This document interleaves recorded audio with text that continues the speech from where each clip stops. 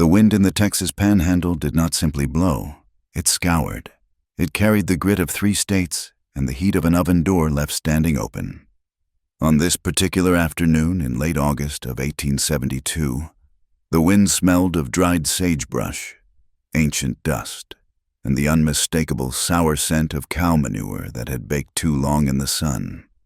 Clara May Hollis wiped her forehead with the back of a gloved hand, leaving a streak of mud across her brow. She stood by the northern fence line of the Hollis homestead, a pair of rusted wire cutters heavy in her grip. She was 24 years old, though the sun and the wind had already begun to etch fine lines around her eyes, making her look older, or perhaps just harder. She was not a woman who owned silk dresses or ribbons for her hair. She owned calluses. She owned a rifle that leaned against the fence post, and she owned this patch of dry, stubborn earth that seemed determined to shake her off its back. The barbed wire was snapped again. It was likely a coyote, or perhaps a stray steer from the massive Tomlin Ranch to the east, testing the boundaries. Clara gripped the 2 ends of the wire, her leather gloves creaking as she pulled them taut. It took all her weight, leaning back until her boots dug into the dry soil, to force the metal strands together. With a grunt of effort that she would never have let a man hear, she twisted the wire, locking it into place. "Hold together," she whispered to the fence, and to herself, "just hold together a little longer." She looked out toward the horizon. The land rolled away in shades of brown and gray, broken only by the twisted shapes of mesquite trees and the distant, shimmering heat haze. This was Red River country, though the river itself was miles away. Here, on the edge of the town of Dry Creek, water was the only currency that truly mattered, and the sky had been a relentless, cloudless blue for 60 days. Clara mounted her horse, a sturdy bay mare named Bess, and turned toward the small farmhouse that sat in the valley below. It was a modest structure, built of timber that her father had hauled from 200 miles away. The paint, once white, had long since peeled away to reveal the gray wood beneath. It looked tired.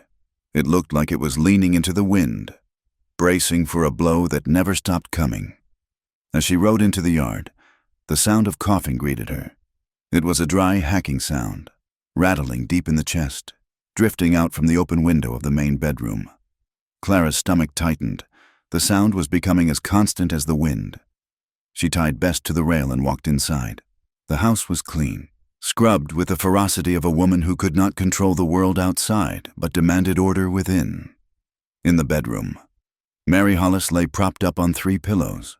Her face was pale, translucent almost, like thin paper held up to a candle. "You've been out at the North Line again," Mary said, her voice thin and reedy.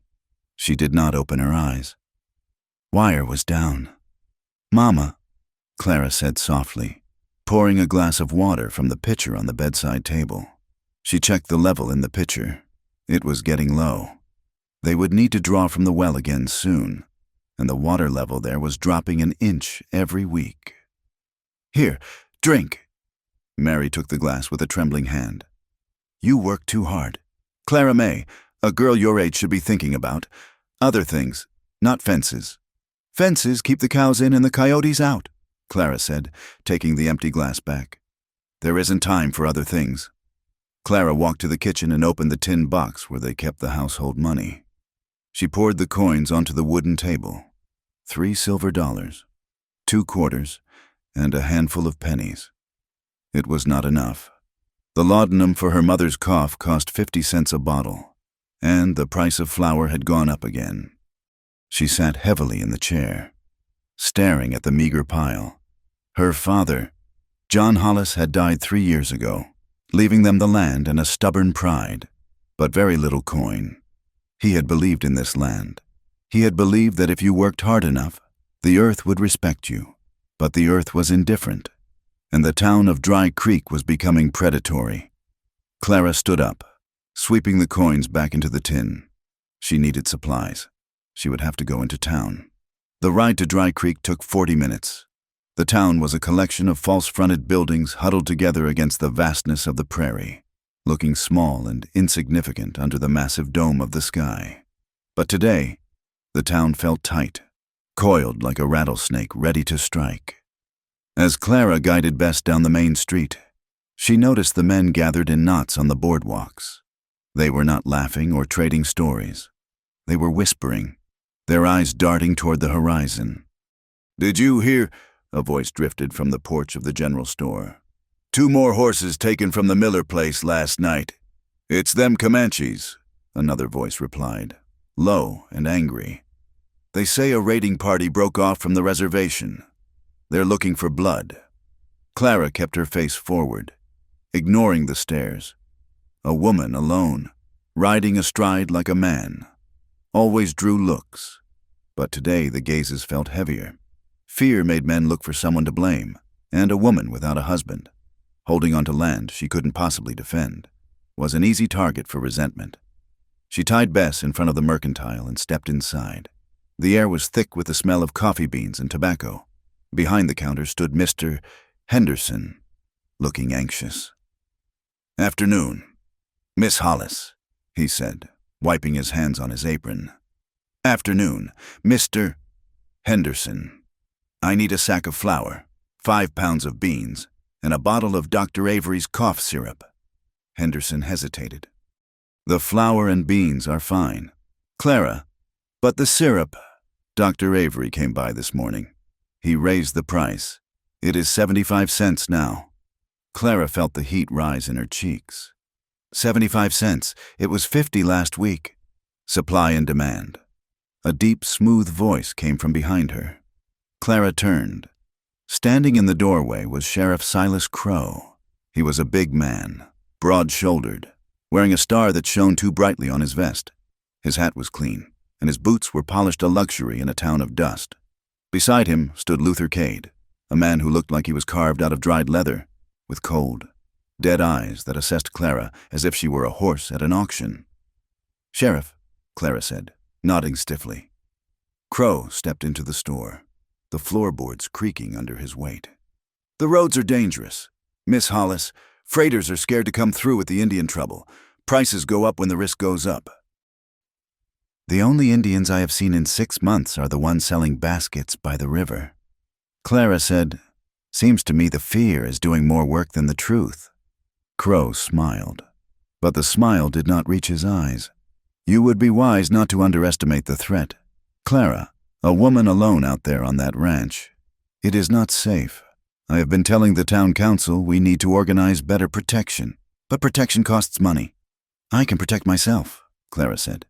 Turning back to the counter, she counted out the coins. She had enough for the syrup, but she would have to put back the beans.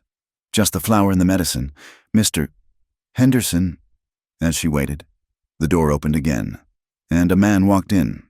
It was Tomlin, the owner of the Double T Ranch, the largest spread in the county. He was an older man, red-faced and perpetually sweating. "Clara," Tomlin boomed, feigning joviality. "Just the lady I wanted to see." Clara took her package from the counter. "Mr. Tomlin, I have been thinking about that offer I made you," Tomlin said, stepping in front of her, blocking her path to the door. Sheriff Crow watched from the side, leaning casually against a barrel of pickles. "With the drought setting in, that creek on your north section is going to be mighty important. My cattle are thirsty. Clara, I am willing to raise my price. $200 for the water rights." $200. It was a fortune. It would pay for Dr. Avery's visits for a year. It would buy a new roof. But if she sold the water rights, she sold the lifeblood of the farm. Without legal claim to that water, Tomlin could dam it up upstream or drain it dry. The land would be worthless, and she and her mother would be forced to leave. "The water is not for sale, Mr. Tomlin," Clara said clearly. Tomlin's smile faltered. "Now don't be stubborn, girl. Your mother is sick. You are drowning in debt. Sheriff Crow here tells me you are behind on your taxes, too." Clara shot a glare at Crow. So that was how it worked. The sheriff squeezed, and the rich man collected the juice. "I will pay my taxes when the cattle go to market in October," Clara said. "And my land is my business." "Excuse me." She tried to step around him, but Tomlin moved, cutting her off. "You are being foolish. When the Comanches come, who is going to defend that place? You with an old rifle and a dying mother." "I said excuse me," Clara said, her voice dropping an octave, hard as granite. Luther Cade chuckled, a dry, rattling sound. "Feisty little thing, ain't she?" Crow pushed off the barrel. "Let her go. Tomlin, she needs time to think. When the well runs dry, she will come asking us to buy." Tomlin stepped aside, his face flushing a darker shade of red. Clara walked past them, head high, clutching the flower and the medicine to her chest like a shield. She could feel their eyes on her back, hungry, calculating eyes. They did not see a neighbor. They saw an obstacle to be removed. Clara rode home in a foul mood. The sun was beginning to dip toward the western horizon, painting the sky in bruises of purple and orange. The wind had died down, leaving an eerie silence over the plains. She was angry. Angry at the price of medicine. Angry at the drought. Angry at the men who thought they could bully her just because she wore skirts. But beneath the anger, there was fear, cold and sharp. What if they were right? What if the well did run dry? What if she couldn't hold on? "No," she said aloud to the empty air. "I belong here. This is my place." But the doubt lingered. Did she belong? Or was she just a squatter on land that everyone else had already carved up in their minds? She reached the homestead just as the twilight began to bleed the color out of the world. She stabled Bess, brushing the mare down with quick, efficient strokes. It was then, as she walked toward the house carrying the saddlebags, that she saw it. Something was wrong near the tool shed. The shadows were long, stretching out like dark fingers across the dirt. But one shadow seemed deeper than the rest. It was huddled near the base of the water trough by the corral. Clara stopped, her heart hammering against her ribs. She set the saddlebags down slowly and reached for the rifle she kept by the back door. She pulled the lever, chambering around. "Who is there?" she called out. Her voice was steady, betraying none of the trembling in her hands. There was no answer. The shape did not move. Clara took a step forward, raising the rifle. "I said, 'Who is there? I will shoot.'" Still nothing. She moved closer, her boots crunching softly on the gravel. As she got within 10 feet, she realized it wasn't a person standing or crouching. It was a person lying down, or rather, a person who had collapsed. It was a man. He was face down in the dirt, one arm stretched out toward the water trough as if he had been trying to reach it when the darkness took him. He wore buckskins, stained dark with sweat and dust, and his hair was long and black, fanned out across the dry earth. Clara lowered the rifle slightly, but kept her finger on the trigger. A Comanche. The rumors in town screamed in her head.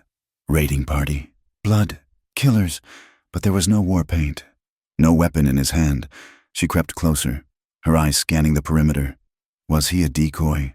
Was the rest of the war party waiting in the barn? The silence of the prairie remained unbroken. There was only the sound of the windmill creaking slowly above her. Clara approached the fallen figure. She nudged his boot with the toe of her own. He did not stir. She knelt, keeping the rifle barrel pointed at his back, and reached out to touch his shoulder. His skin was burning hot. Fever. She rolled him over. He was younger than she expected, perhaps late 20s. His face was sharp-angled, handsome in a harsh way, but pale beneath the bronze of his skin. His lips were cracked from dehydration. Then she saw the blood. It was not a small amount. His side was soaked in it, the buckskin shirt matted and stiff. It was a gunshot wound, old enough to be festering but fresh enough to still be bleeding. Clara scrambled back, gasping. This man wasn't just sick, he was dying. And he was here, on her land, with the town of Dry Creek looking for any excuse to hang an Indian and anyone who helped him. As she pushed herself up, her hand brushed against something on the ground near where he had fallen. She picked it up. It was a scrap of leather, torn from a saddlebag or a pouch. Burned into the leather was a symbol, not a tribal marking, but a brand. It looked like a snake coiled around a hammer. She had never seen a cattle brand like that in the territory. Beside the leather was a piece of paper, folded small and caked in drying mud. It must have fallen from his hand or his pocket when he collapsed. Clara unfolded it carefully. The ink was smeared, but she could make out rows of numbers and dates. It looked like a page torn from a ledger. October 10th, 200 rifles, payment received. Clara stared at the paper. Rifles. The man on the ground groaned, a low, guttural sound of pain. Clara looked at the house where her mother lay sleeping, frail and vulnerable. Then she looked toward the road that led to town, where Sheriff Crow and his deputies sat waiting for her to fail. If she rode to town now, they would come. They would drag this man through the dirt behind a horse until he was dead. And then they would look at her, at the blood on her land, and they would ask why a Comanche was coming to the Hollis place. They would spin it. They would say she was trading with the enemy. They would take the land. "I cannot deal with this," she hissed, panic rising in her throat. Not tonight, but the man was bleeding. She looked at the darkening sky.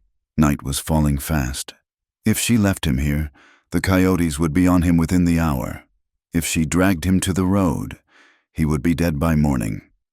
Clara May Hollis looked at her hands. They were rough. They were strong. They were the hands of a woman who fixed her own fences because no one else would do it for her. "Damn it," she whispered. She hooked her arms under the man's shoulders. He was heavy, dead weight, but Clara was used to hauling hay bales and grain sacks. Gritting her teeth, she began to drag him. Not toward the house, she could not risk her mother seeing him. Not toward the barn too open. She dragged him toward the root cellar door that sat flush against the earth near the kitchen garden. It was cool down there, dark and hidden. "You better not die on me," she grunted, heaving him over the threshold. "And you better not be a killer." She didn't know it yet, as she pulled the heavy wooden doors shut and threw the bolt, locking the stranger and his secrets into the earth beneath her feet. But she had just made the decision that would burn her old life to the ground. Clara stood up, brushing the dirt from her skirt. She picked up the scrap of leather and the muddy paper, shoving them deep into her pocket. The wind picked up again, whistling through the eaves of the house. It sounded like a warning. She walked into the house, washed her hands in the basin until the water turned red with the dust of the fields and the blood of the stranger. And then she went to boil water for her mother's tea. Outside, the night settled over the plains, vast and indifferent, hiding the hunter and the hunted alike. The wind did not die down with the setting sun. Instead, it changed its voice, shifting from a roar to a low, mournful whistle that rattled the loose shingles of the farmhouse roof. Inside, the air was still and heavy.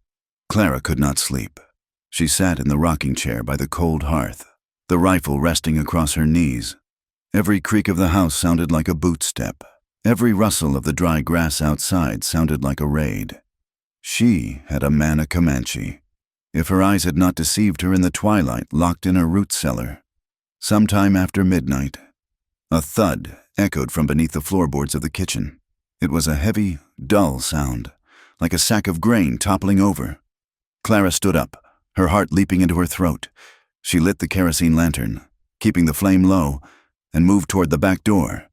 She had to check. If he was dead, she had to move him before the sun rose. If he was alive and trying to break out, she had to stop him before he woke her mother. She stepped out into the cool night air. The root cellar doors were angled against the side of the house, bolted shut with the heavy iron slide she had engaged hours ago. She placed the lantern on the ground and gripped the rifle in one hand. Sliding the bolt back with the other, she lifted one of the heavy wooden doors. The smell hit her immediately, the earthy scent of potatoes and onions, overlaid with the copper tang of fresh blood.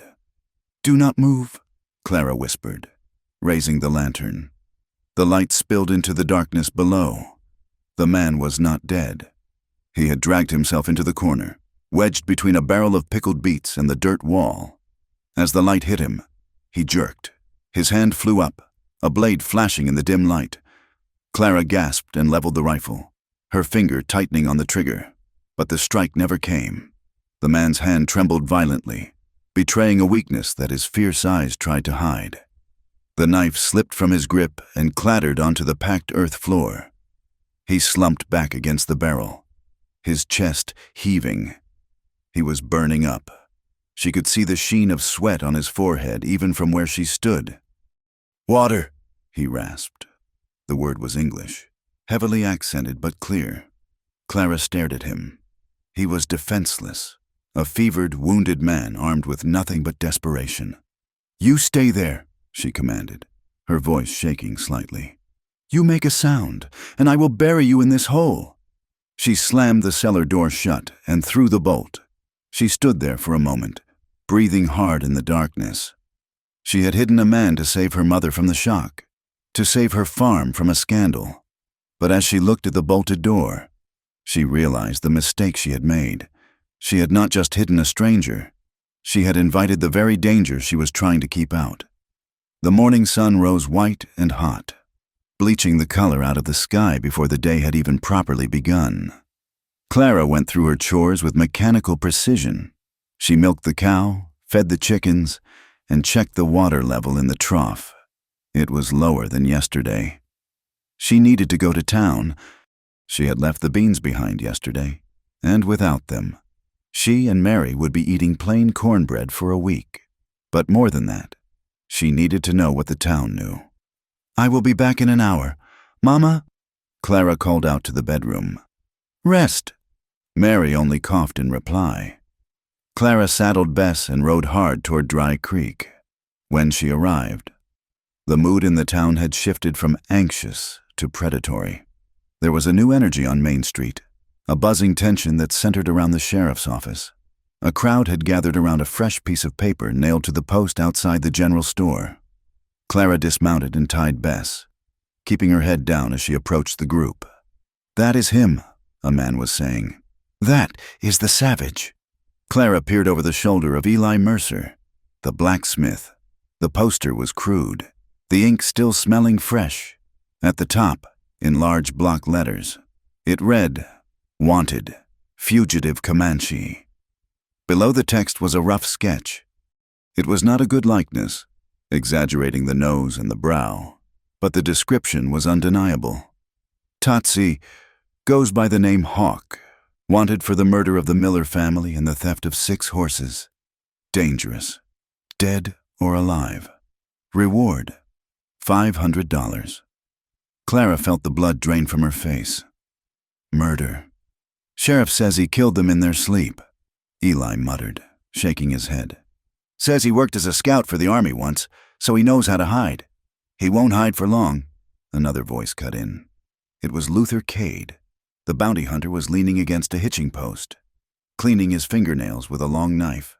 $500 is a lot of money. Someone will talk. Clara backed away, her stomach churning. The man in her cellar was not just a stray, he was a monster, a killer of families. She turned to flee, to ride straight to the sheriff and tell him everything, to wash her hands of this nightmare. But as she passed the alleyway between the saloon and the land office, voices stopped her. "It is working better than I thought."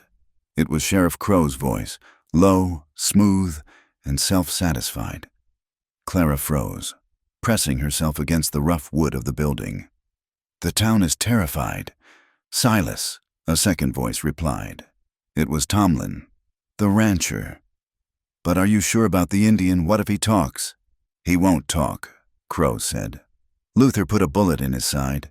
He is likely dead in a ditch somewhere.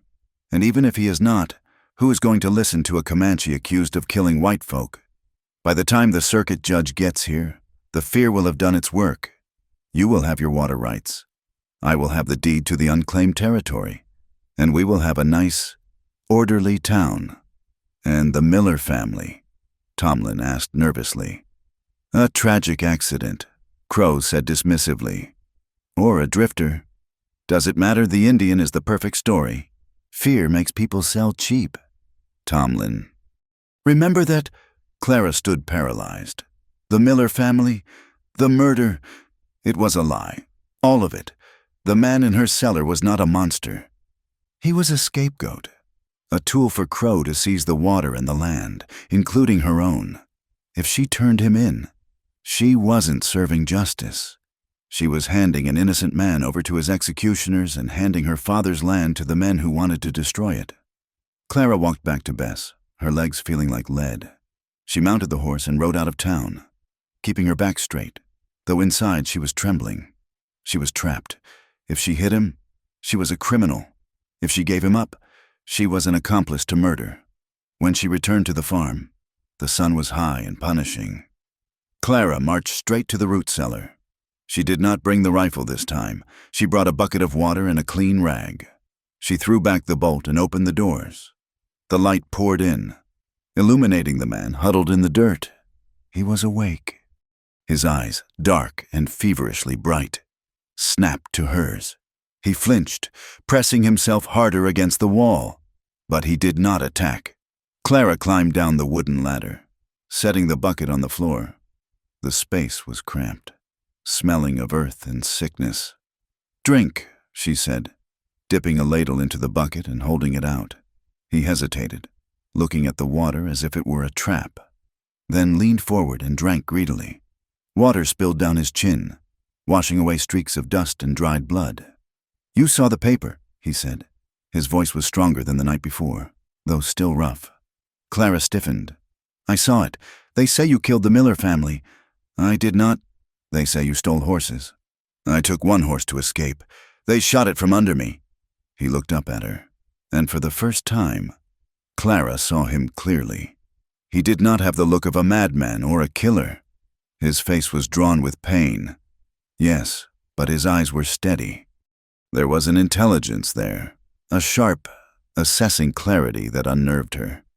"Sheriff Crow wants you dead," Clara said. "He says you are a monster so he can steal land from people like me." The man Tatsi nodded slowly. "Crow is a snake who eats his own tail. He killed those people. I saw him leave the house. That is why I am bleeding." Clara let out a breath she didn't know she was holding.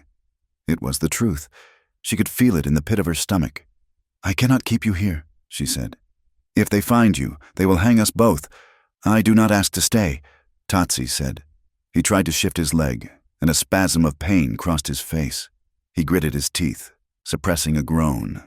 "Give me one night, just until the fever breaks. Then I will go." One night.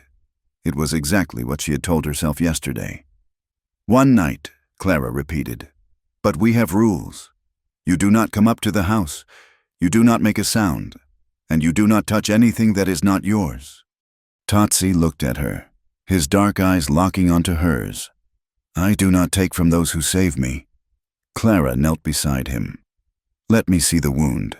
He hesitated, then slowly pulled the blood-stiffened buckskin shirt away from his ribs.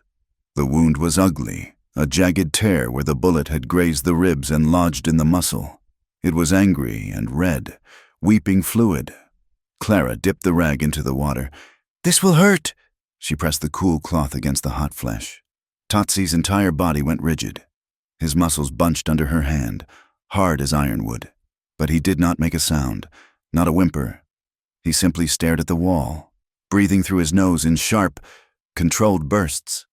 As Clara cleaned the blood away, her hand brushed against his upper arm. There, inked into the skin, was a tattoo. It was small, fading with age, a hawk in flight, but its wings were shaped like the leaves of a cottonwood tree. It was delicate, beautiful. Even, it was not the mark of a savage. It was the mark of a man who belonged to the earth in a way she did not understand. She looked up and found him watching her. His gaze was not predatory. It was not grateful. Exactly, it was acknowledging. Two people trapped in a hole in the ground, with the world above trying to crush them both. "My name is Clara," she said softly. "Tatsi," he replied. A heavy pounding on the farmhouse door upstairs shattered the moment. Clara froze. The rag dropped from her hand into the bucket. "Clara, open up sheriff's business." It was Luther Cade. Clara scrambled up the ladder. "Stay down," she hissed. "Do not breathe." She pushed the cellar doors shut, but she didn't have time to bolt them. She scrambled to the back door of the house, smoothed her hair, and grabbed a basket of dried corn before stepping out onto the porch. Luther Cade was sitting on his horse in the yard, right between the house and the barn. His eyes were hidden beneath the brim of his hat, but his smile was visible. A thin, cruel line. Beside him was a deputy Clara didn't recognize. "Afternoon, Miss Hollis," Luther drawled. "Mr. Cade," Clara said, gripping the basket until her knuckles turned white. "To what do I owe the pleasure? I have no money for the sheriff's protection fees." Luther chuckled. "Not here for money today. Darling, just being neighborly. Sheriff is worried about you. With that Comanche loose, a woman alone, well, things happen." He walked his horse in a slow circle, his eyes scanning the yard. He looked at the barn. He looked at the water trough. He looked at the root cellar doors. Clara's heart hammered against her ribs like a trapped bird. The bolt was not thrown.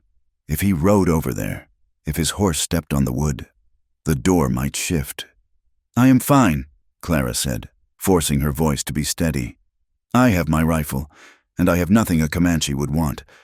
Luther stopped his horse 10 feet from the cellar.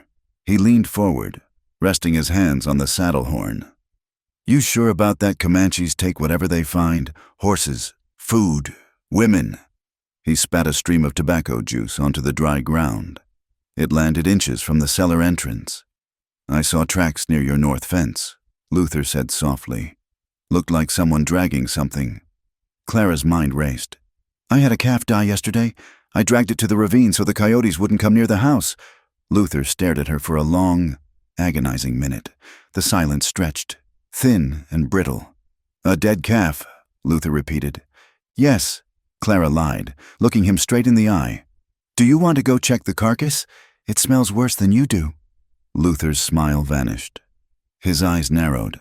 For a second, Clara thought he was going to dismount and tear the place apart. Then he laughed, a short, bark-like sound. "You got a sharp tongue, Miss Hollis. One day it is going to cut your throat." He pulled on the reins, turning his horse away from the cellar. "Keep your doors locked. If you see anything at all, you come to us. We will take care of it." "I am sure you will," Clara said. She watched them ride out, waiting until they were nothing but dust specks on the horizon. Only then did her legs give out. She sat down heavily on the porch steps, the basket of corn spilling onto the ground. She looked at the root cellar. She had just lied to the law. She had just protected a wanted man. The wind picked up again, swirling the dust around her boots. The safety of her world had vanished as quickly as the sun dipping behind a cloud. She was not just a widow's daughter anymore. She was a conspirator, and the man beneath the earth was the only one who knew the truth. The darkness of the root cellar was no longer enough. The air down there was growing stale, heavy with the scent of damp earth and the metallic tang of fever sweat. Clara knew that if Tatsi stayed in that hole another day, the infection in his side would kill him just as surely as a bullet from Luther Cade's gun. 3 nights after she had found him, under the cover of a moonless sky, Clara moved him. It was a slow, agonizing process.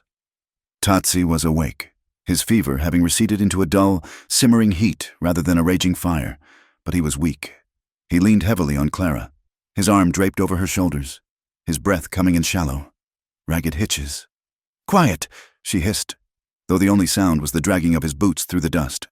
"I am quiet," he gritted out. "You breathe like a spooked mare." "I breathe like a woman committing treason," she retorted, struggling under his weight. She guided him not to the house, but to the barn. The hayloft was dry, warm, and offered a view of the road through a high, slat window. She had prepared a pallet of clean straw and old blankets in the corner, hidden behind stacks of winter feed. When he finally collapsed onto the blankets, his face was gray in the lantern light. He looked less like a warrior and more like a man who had run until his soul was thin. "Stay here," Clara commanded, pulling the ladder up after her as she descended. "If you die up there, do not expect me to carry you down." He did not answer, but she thought she saw the ghost of a smile touch his lips before he closed his eyes. The days that followed fell into a strange, tense rhythm. Clara expected him to be a burden, an invalid she had to nurse while trying to keep the farm from crumbling into the dust. But Tatsi was not a man who knew how to be idle. It started small. On the second morning after moving him to the barn, Clara walked out to the back porch to find the loose hinge on the screen door. The one that had been screeching like a banshee for 6 months was silent. A fresh nail had been driven into the wood, precise and flush.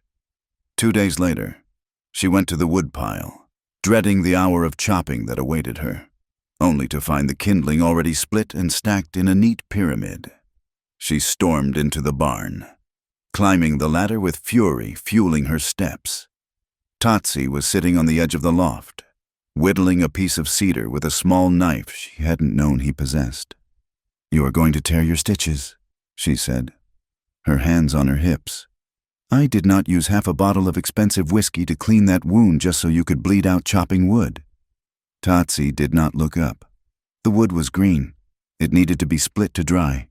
"That is not the point," Clara snapped. "You are supposed to be hiding. Hiding means being still. Hiding means being useless," he corrected, finally raising his eyes to hers. "I am not useless." He set the wood aside. "Your bay mare. She is favoring her left foreleg." Clara blinked, thrown off balance. "Bess, she is old. She always walks stiff in the morning." "It is not age. She has a stone bruise. I pared the hoof down and packed it with pine tar." Clara stared at him. She had been so consumed with the fear of the sheriff and the worry for her mother that she had barely looked at the horse. She felt a flush of shame, followed quickly by confusion. "Why?" she asked. "Why help you owe me nothing but silence?" "A horse is innocent," Tatsi said simply. "It should not suffer because men are busy with their wars." Clara really looked at him. The poster in town described a savage, a man who slaughtered families in their sleep. But the man sitting before her, carefully carving a piece of wood, spoke of horses with more tenderness than most of the Christian men in Dry Creek showed their wives. "You speak English well," she said, her voice softening. "Where did you learn?" "Fort Sill," he said. The name came out flat, stripped of emotion. "I was a scout for the 4th Cavalry. I rode with the Blue Coats for 3 years. I translated for them. I tracked for them." Clara frowned, stepping closer. "If you were a scout, why are you running? The army protects its own—" Tatsi let out a short, bitter laugh. "The army protects the army. Clara, they do not protect the Indian, even if he wears their coat." He shifted, wincing slightly as the movement pulled at his side. "There was an ambush. A wagon train carrying supplies was hit in the canyon. Men died. The soldiers said it was Comanches. They needed a name to put on the report. They picked mine because I was the only one who knew the terrain." "But who really did it?" Clara asked. Tatsi looked at her, his eyes hard and dark as flint. "White men. Men who rode horses branded with a double T, and men who wore badges but covered their faces with flour sacks." Clara felt a chill run down her spine. The double T, that was Tomlin's brand, and badges. "Sheriff Crow," she whispered. "I do not know his name," Tatsi said, "but I know the sound of a repeater rifle when it is fired by a man who enjoys it. I ran, they shot my horse. I walked for 3 days before I found your barn." Clara sat down on a bale of hay. It was too much. The sheriff and the biggest rancher in the county, working together to rob wagon trains and frame the natives. It sounded like madness. Yet it explained everything. It explained the fear Crow was whipping up. It explained why he was so desperate to control the territory. If there was a war, the army would come in force, driving the tribes out completely, leaving the land open for the taking. "You are in a terrible mess, Hawk," she said. "We are in a terrible mess," he corrected. "They will come for you, too. You have water. They want water." Clara stood up, brushing the hay from her skirt. "Let them come. My father built this house. I will not let a thief with a badge take it." She turned to leave, but stopped at the top of the ladder. "Thank you," she said, without looking back. "For the wood. And the horse." "The door still needs oil," he replied. The following week tested Clara's resolve to its breaking point. She had to act normal. She had to go to town, buy supplies, and smile at the neighbors who were looking at her with increasing suspicion. Her mother's cough was worsening. The dry air was like sandpaper on Mary's lungs. Clara hitched Bess to the wagon. The mare was walking soundly now, thanks to Totsie, and drove into Dry Creek. She went to Dr. Avery's office first. The doctor was a small, nervous man with spectacles that were always sliding down his nose. He had kind hands, but a spine made of willow. "I need more willow bark tea, doctor," Clara said, placing her basket on his desk. "And more of the salve. The yellow one?" Dr. Avery paused in his mixing of powders. He peered at her over his glasses. "The yellow salve that is for deep infections. Clara, burns, gunshots. Your mother has a lung ailment. She has no wounds." Clara's heart skipped a beat. She had been careless. She fell," Clara lied, the falsehood tasting like ash in her mouth. "She scraped her leg on the bed frame. It is festering." Dr. Avery set down his pestle. He walked around the desk and closed the door to the waiting room. The silence in the small office was suffocating. "Clara," he said softly, "I have known you since you were knee-high. You are a terrible liar." "I am not lying," she insisted, though her voice lacked conviction. "Luther Cade was in here yesterday," the doctor said, ignoring her protest. "He was asking if anyone had bought bandages, or iodine, or surgical thread." Clara gripped the edge of the desk. "And what did you tell him?" Dr. Avery took off his spectacles and polished them on his vest. He looked tired. He looked like a man who was watching a storm approach and knew his roof would not hold. "I told him that people get hurt on ranches every day," Avery said. "I told him I sell bandages to everyone." He looked up at her, his eyes pleading. "Clara, whatever you are doing, whoever you are helping, be careful.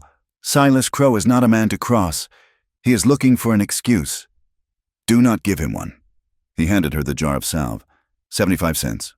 Clara paid him, her hands trembling. "Thank you, doctor.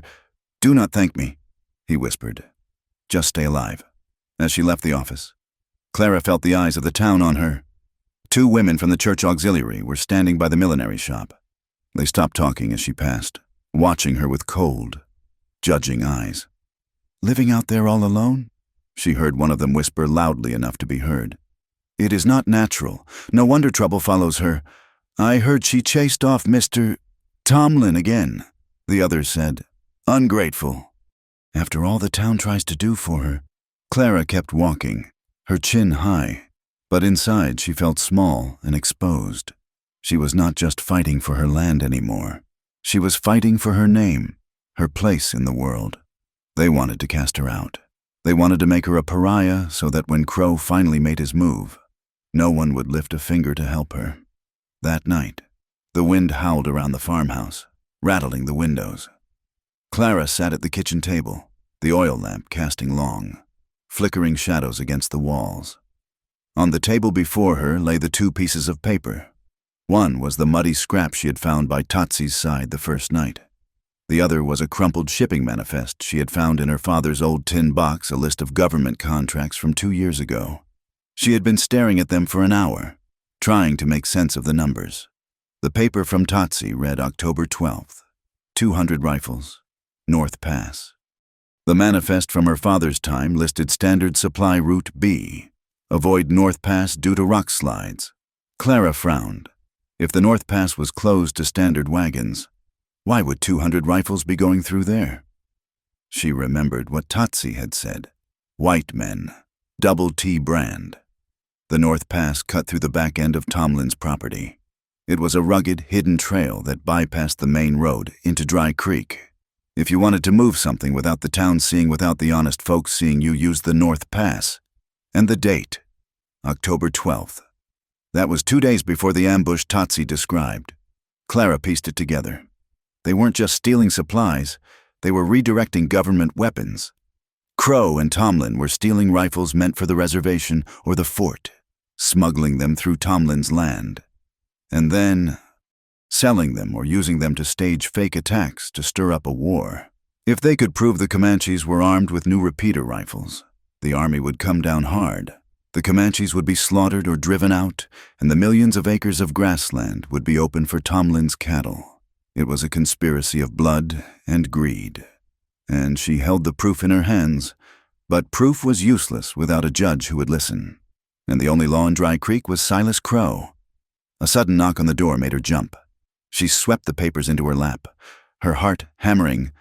"Who is it?" she called out, reaching for the shotgun she had propped against the table. "It is me," a muffled voice replied. Clara recognized the voice. It was Tatsi. She hurried to the door and unbolted it. He stood there, wrapped in a blanket, looking toward the dark road. "You should not be near the house," she hissed. "Someone is coming," he said. "Riders, 3 of them."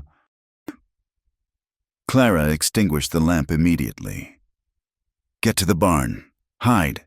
"They are too close," Tatsi said. "If I cross the yard, they will see me." "Then get in the cellar again," she ordered. "No," he said calmly. "They will check the cellar first. This time, they are not just looking, they are hunting."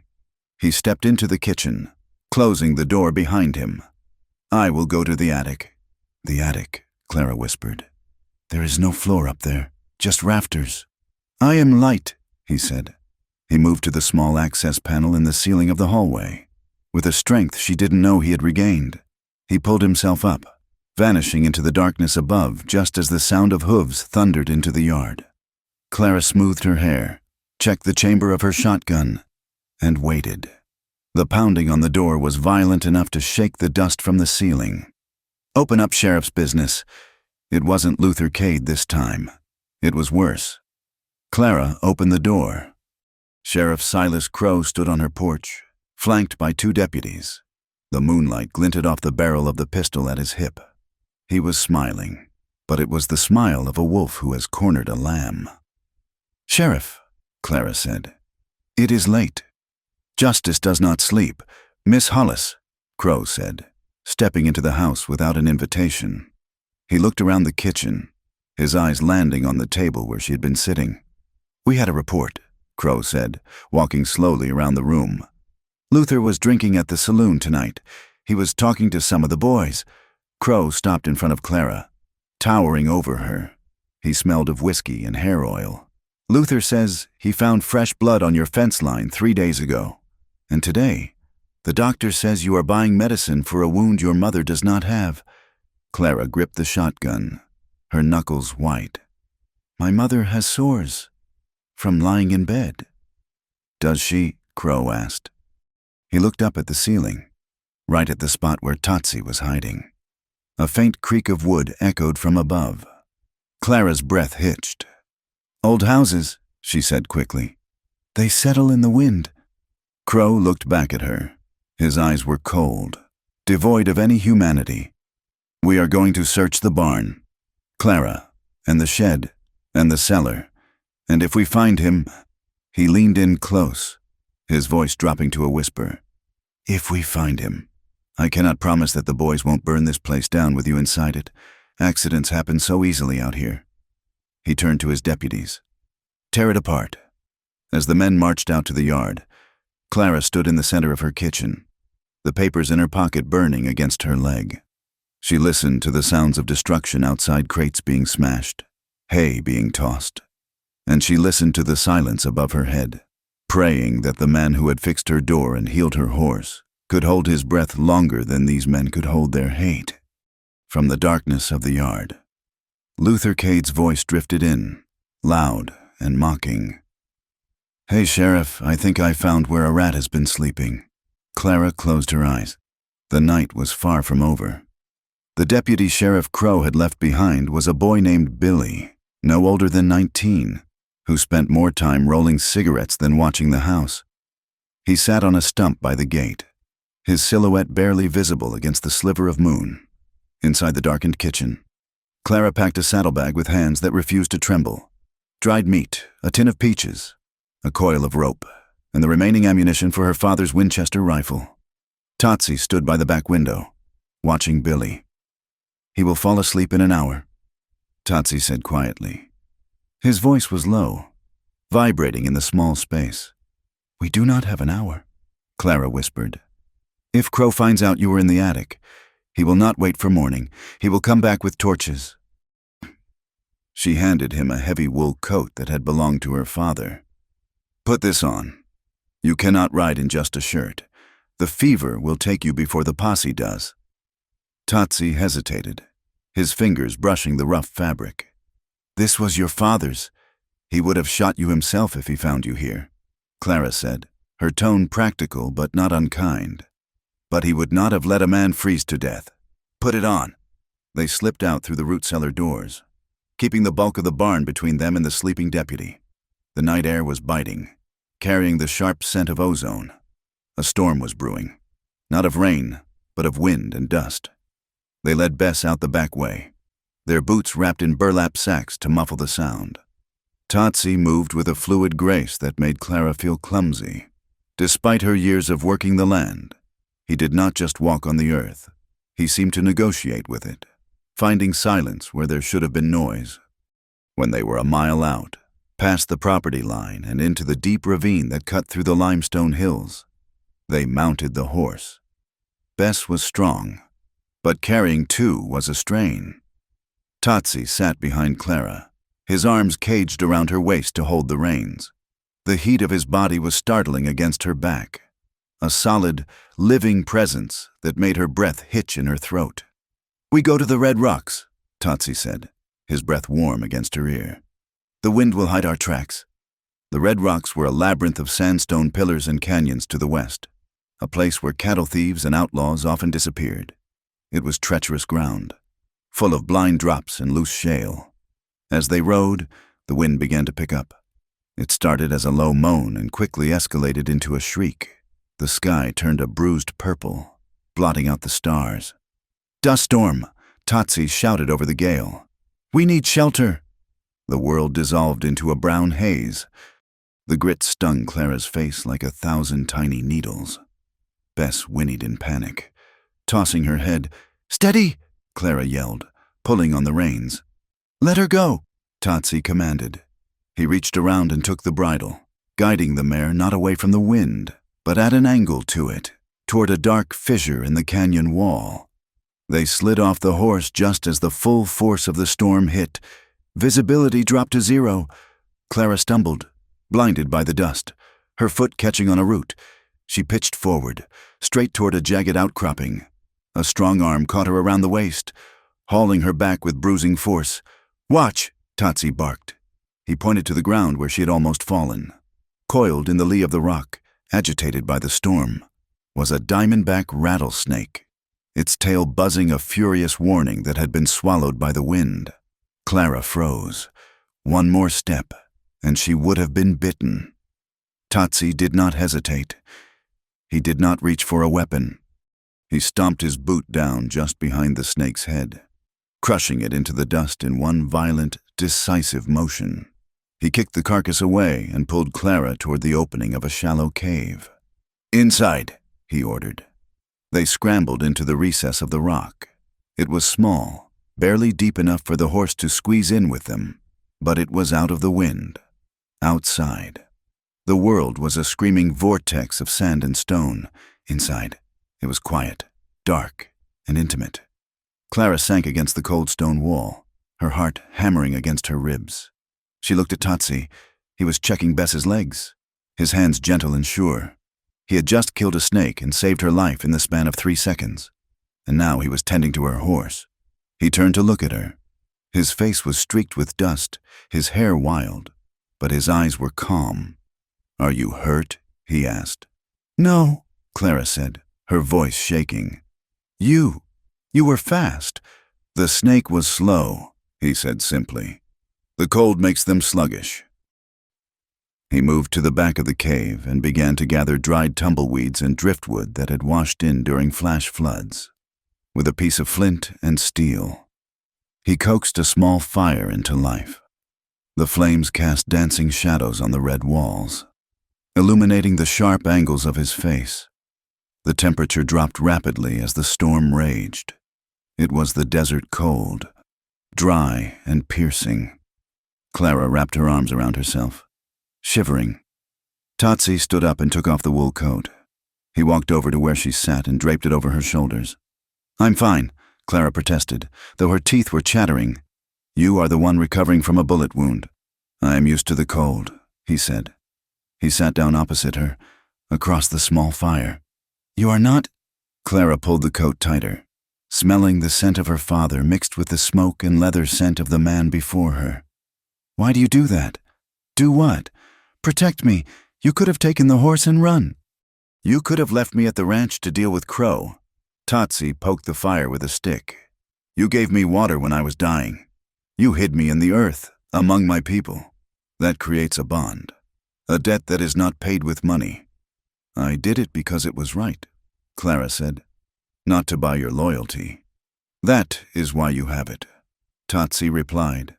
He looked at her then, a long, unwavering gaze that stripped away her defenses. "You are strong. Clara May Hollis.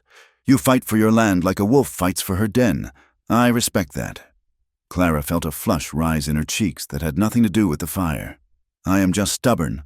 Stubbornness is just courage that has been holding its breath too long," he said. He reached into his pocket and pulled out a strip of dried venison he had taken from her kitchen. He broke it in half and handed a piece to her. Their fingers brushed. The contact was electric, a spark that jumped the gap between their worlds. Clara did not pull away. For a moment, they just sat there, hand to hand, the fire crackling between them, the storm raging outside, and the silence inside the cave heavy with unspoken things. "When this is over," Clara whispered, "where will you go?" Totsie withdrew his hand. "There is no place for me. The white man draws lines on maps and says, 'Mine.' The Comanche follows the buffalo, but the buffalo are gone." "You could stay," Clara said. The words were out before she could stop them. Totsie's expression tightened. "And be what your gardener, your pet Indian for the town to stare at." "No," Clara said fiercely. "My partner," Totsie looked at the fire, a muscle twitching in his jaw. "Let us survive the night first." By morning, the wind had died.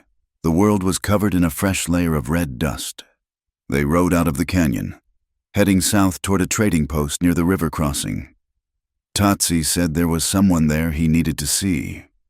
The trading post was a ramshackle building made of adobe and timber, leaning precariously over the muddy bank of the Red River. An old woman sat on the porch, smoking a clay pipe. Her face was a map of wrinkles, her eyes clouded with cataracts. "No Coney," Totsie said respectfully as he dismounted. The woman tilted her head. "I know that step. It is heavy with trouble." She spoke in Comanche, but Totsie translated for Clara as they sat in the shade of the porch. Nokoni was not just a trader. She was a keeper of secrets. She listened to the wind and the whispers of the men who passed through. "You look for the girl," Nokoni said, her blind eyes fixed on a point past Totsie's shoulder. "Morning Star." "Is she alive?" Totsie asked, his voice tight. "Alive, but not free," Nokoni rasped. "She was sold to a man who runs a camp near the border. He supplies workers for the silver mines in Mexico." Totsie's hands curled into fists. "But that is not all," Nokoni continued, switching to broken English as she sensed Clara's presence. "The men who took her, they ride with the sheriff. They carry crates that are heavy, wood boxes marked with the white man's eagle." "Rifles," Clara said. Nokoni nodded. "They store them at the old cotton warehouse, east of town. Tonight, wagons come to move them." Clara pulled the muddy scrap of paper and her father's manifest from her pocket. She showed them to Totsie. "The date matches. Tonight is the shipment. If they move those guns, we lose the evidence. And if they arm a fake war party, the army will wipe out your people." "We have to stop them," Totsie said. "We have to get the main ledger, the one that proves who paid for the guns." "The warehouse will be guarded," Clara said. Totsie looked at her. "I know. Are you ready to be a wolf?" "Clara." Clara checked the load in her Winchester. "I am ready to be a problem." The Tomlin cotton warehouse stood like a skeleton against the night sky. It was a massive structure, abandoned since the war, sitting near the railhead 2 miles out of Dry Creek. Clara and Totsie left Bess in a grove of cottonwoods and approached on foot. There were 3 guards patrolling the perimeter. One was the deputy, Billy. The other 2 were hard-looking men Clara didn't recognize, mercenaries. "There," Totsie whispered, pointing to a lighted window on the 2nd floor. "The office. That is where the records will be." "How do we get past them?" Clara asked. "I will draw them off," Totsie said. "You go up the back trellis. You are lighter." "No," Clara said. "You are the scout. You go up. I will draw them off." Totsie frowned. "It is dangerous. I am a white woman," Clara said grimly. "If they catch me, they will just yell at me. If they catch you, they shoot. Go!" Before he could argue, Clara slipped away into the shadows. She circled the building until she was near the corral where the guards' horses were tied. She picked up a heavy stone and hurled it at the tin roof of the shed. Clang! The sound was like a gunshot in the silence. "What was that?" one of the mercenaries yelled.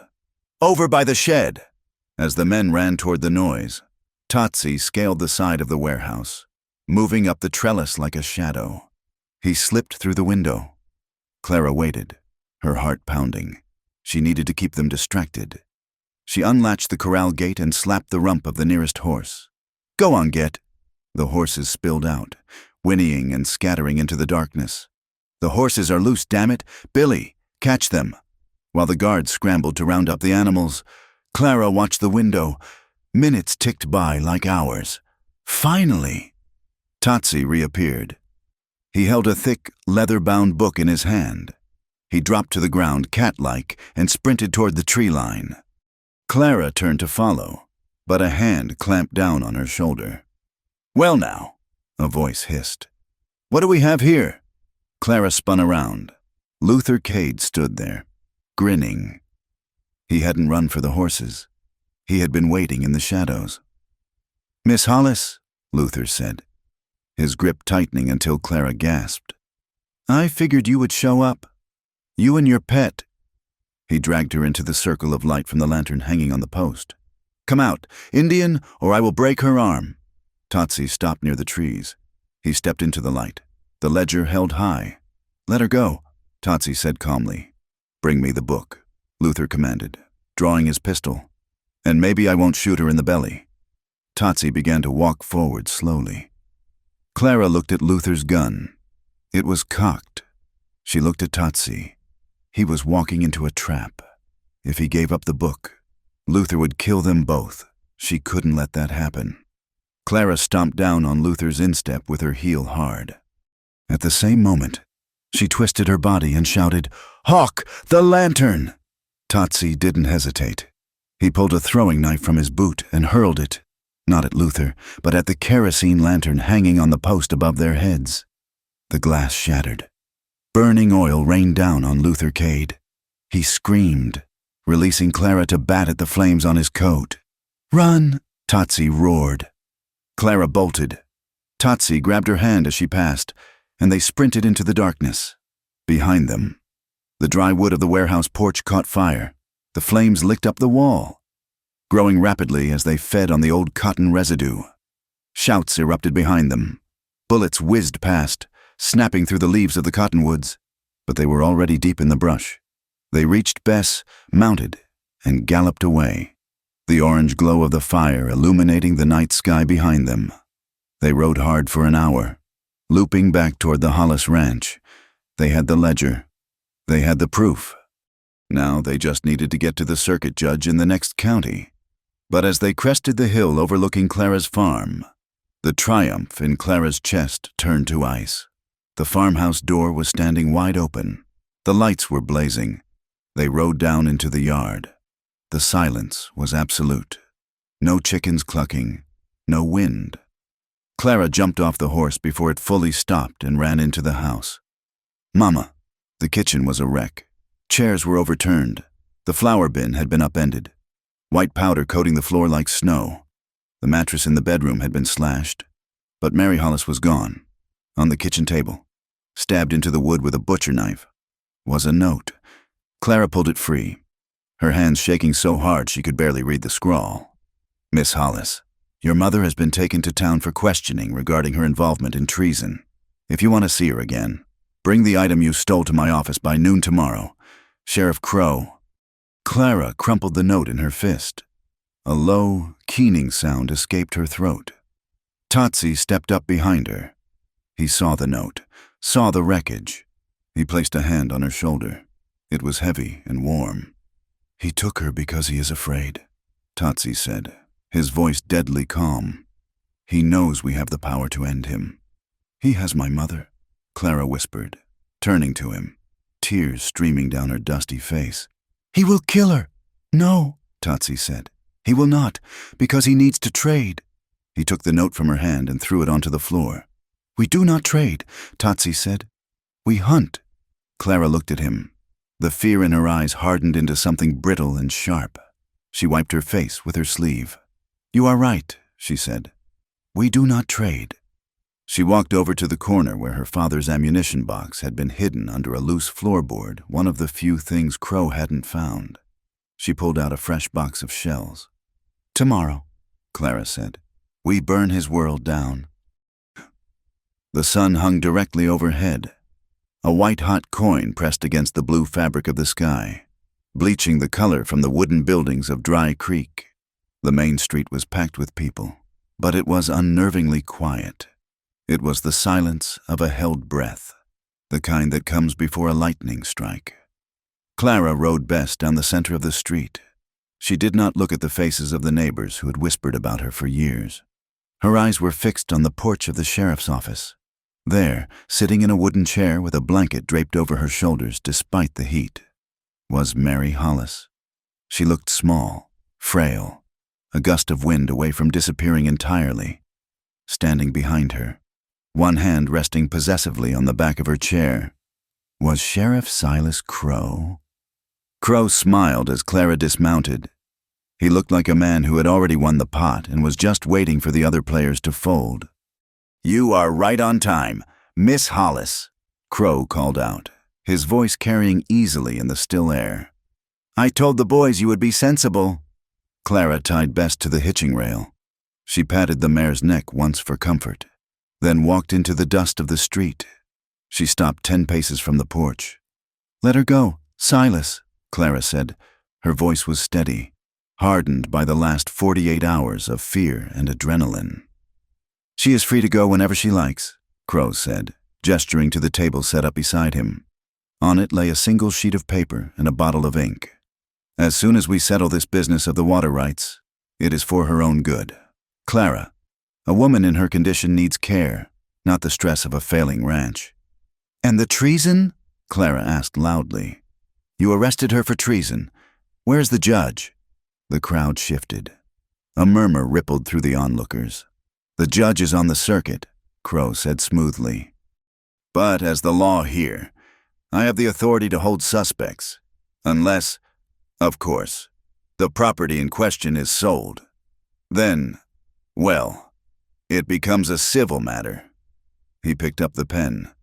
"Sign the paper. Clara, Mr. Tomlin is generous. $200. You can take your mother to the city. She will live longer."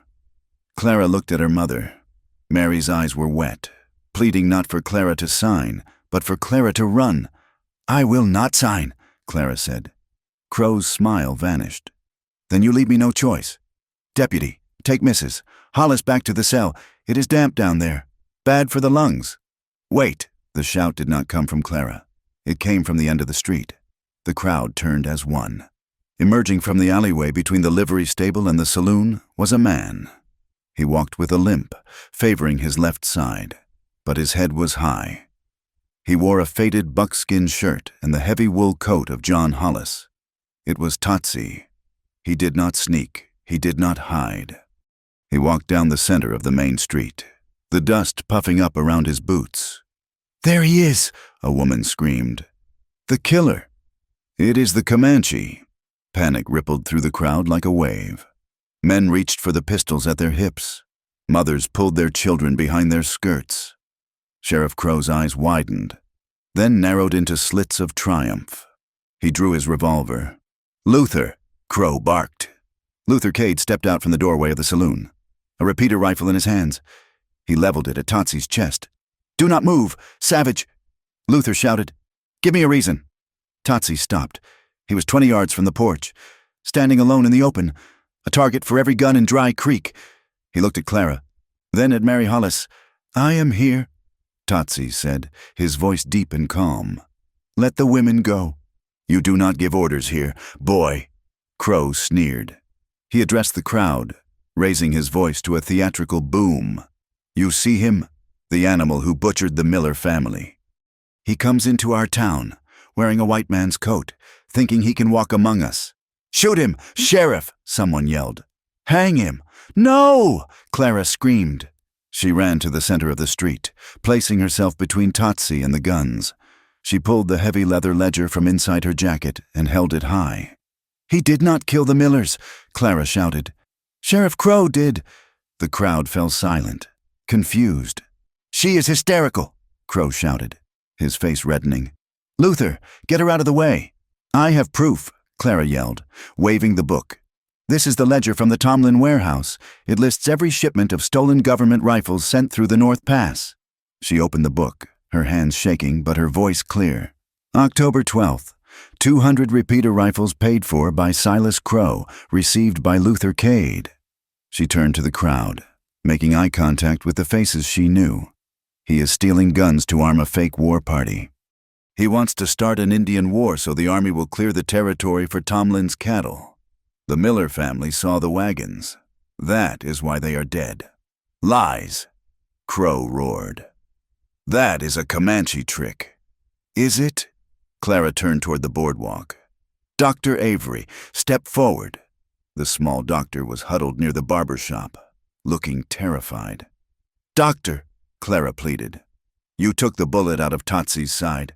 Tell them, was it a settler's bullet? Was it an arrow? Dr. Avery looked at Crow, who was glaring at him with a murderous promise. Then he looked at Tatsi, standing tall despite his pain, and at Clara, who was risking everything for the truth. The doctor took a trembling step forward. It was a .44 caliber, he stammered. Then, louder.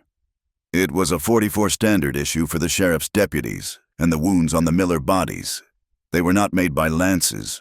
They were bullet wounds. Close range. He is lying, Crow screamed. He is drunk. And Eli, Clara shouted, pointing at the blacksmith. You fixed the axle on a wagon last month, a wagon hidden in Tomlin's barn. You told me it was heavy, too heavy for grain. Eli Mercer rubbed his neck, looking down at his boots, then nodded slowly. It was heavy, Sheriff, and it smelled of gun oil. The mood in the street shifted instantly. The fear turned to suspicion.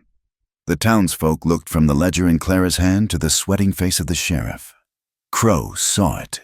He saw his control slipping away like sand through a sieve. He looked at Luther Cade and gave a sharp, almost imperceptible nod. Luther grinned. He shifted his aim not at Tatsi, but at a stack of oil barrels piled next to the general store, right where the crowd was thickest. Bang! The rifle shot was deafening. The bullet struck the iron hoop of the barrel, sparking against the metal. The oil inside, heated by the noon sun, ignited with a whoosh. The barrel exploded, spraying burning oil across the boardwalk. Fire! Run! Chaos erupted. The crowd screamed and scattered. The fire spread instantly to the dry wood of the general store's awning. Smoke billowed into the street, thick and black, blinding everyone. Now, Crow yelled. Kill him. Kill the Indian. Luther Cade worked the lever of his rifle, swinging the barrel back toward Tatsi. But Tatsi was moving. He did not run away. He ran toward the fire. A woman had fallen on the boardwalk, trapped by the burning debris of the awning. Her little girl was screaming, tugging at her arm. Tatsi dove through the smoke. He grabbed the burning wood with his bare hands, heaving it aside. He scooped up the child with one arm and hauled the woman to her feet with the other, pushing them into the safety of the alley. The crowd, scattering in panic, stopped. Through the swirling gray smoke, they saw the monsters shielding their own neighbors from the flames. He is helping them, Eli Mercer shouted. He is saving them. Luther Cade did not care. He saw a shape in the smoke and fired. The bullet kicked up dust at Totsy's feet. Totsy spun around. He saw Luther advancing, levering another round. Clara was still in the middle of the street, coughing in the smoke, clutching the ledger. Luther was moving to flank her, using her as bait to draw Totsy out. Totsy dropped the wool coat. He pulled the throwing knife from a boot, the last weapon he had. He sprinted, not away from the gun, but directly at it. Luther fired again.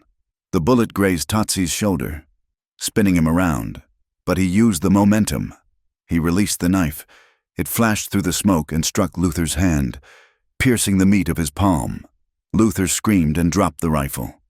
Totsy collided with him a second later. They hit the dirt hard, rolling in the dust. Luther was bigger, heavier, and fueled by a killer's rage. He punched Totsy in the wound on his side, bringing a grunt of agony from the Comanche. Luther reached for the Bowie knife at his belt, but Totsy was quicker. He caught Luther's wrist with a sharp twist and a sickening crack. He broke the bounty hunter's hold. He rolled on top of Luther, pinning him to the ground. Totsy grabbed Luther's own knife.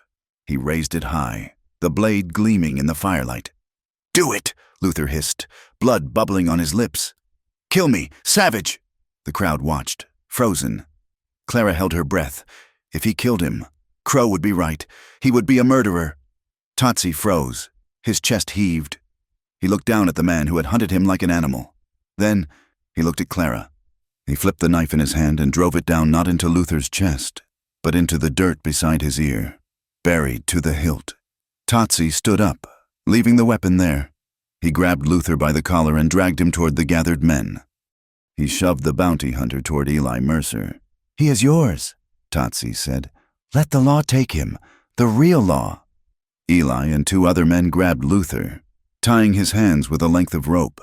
The fire at the general store was being doused by a bucket brigade that had formed spontaneously. The smoke began to clear.